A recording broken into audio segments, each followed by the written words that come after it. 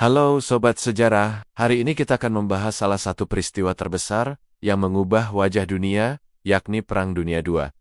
Tapi tunggu dulu, pernahkah kamu bertanya-tanya bagaimana konflik sebesar ini bisa terjadi? Semuanya bermula dari kesalahan fatal di masa lalu. Setelah Perang Dunia Pertama berakhir, para pemenang perang membuat keputusan yang ternyata menjadi bumerang. Perjanjian Versailles tahun 1919 menghukum Jerman dengan sangat keras. Bayangkan, mereka kehilangan banyak wilayah, ekonomi hancur lebur, dan yang paling menyakitkan harga diri mereka sebagai bangsa tercoreng. Situasi ini semakin memburuk ketika depresi besar melanda dunia pada tahun 1929.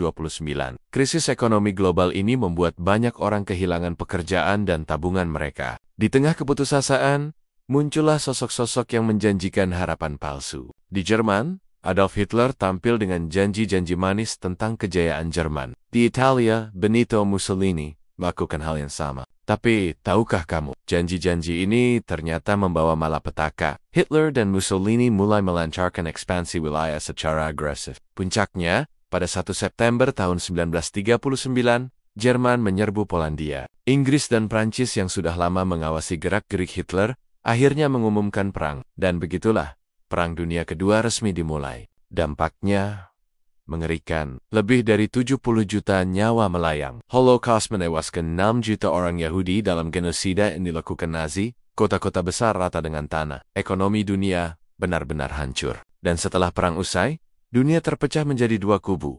Blok Barat yang kapitalis dan Blok Timur yang komunis. Perpecahan ini kemudian memicu Perang Dingin yang berlangsung puluhan tahun. Lalu, bagaimana dengan Indonesia? Perang ini justru membawa perubahan besar bagi negeri kita. Tahun 1942, Jepang masuk ke Indonesia sebagai bagian dari ekspansi mereka di Perang Pasifik. Meski masa pendudukan Jepang membawa penderitaan luar biasa, ada hikmah di baliknya. Semangat kemerdekaan bangsa Indonesia justru semakin membara. Dan ketika Jepang akhirnya kalah pada 1945, Indonesia mengambil momentum itu untuk memproklamasikan kemerdekaannya. Pelajaran apa yang bisa kita ambil? Perang Dunia Kedua menunjukkan bagaimana kebencian dan dendam bisa menghancurkan peradaban. Tapi di sisi lain, ini juga bukti bahwa dari penderitaan terbesar sekalipun, selalu ada harapan untuk bangkit, seperti yang dilakukan Indonesia. Nah, bagaimana menurutmu tentang pembahasan ini, Sobat Sejarah? Berikan pendapatmu di kolom komentar. Jangan lupa like, subscribe, dan share video ini ke teman-temanmu yang tertarik dengan sejarah. Sampai jumpa di video berikutnya dengan pembahasan sejarah yang tak kalah menarik lainnya ya Sobat.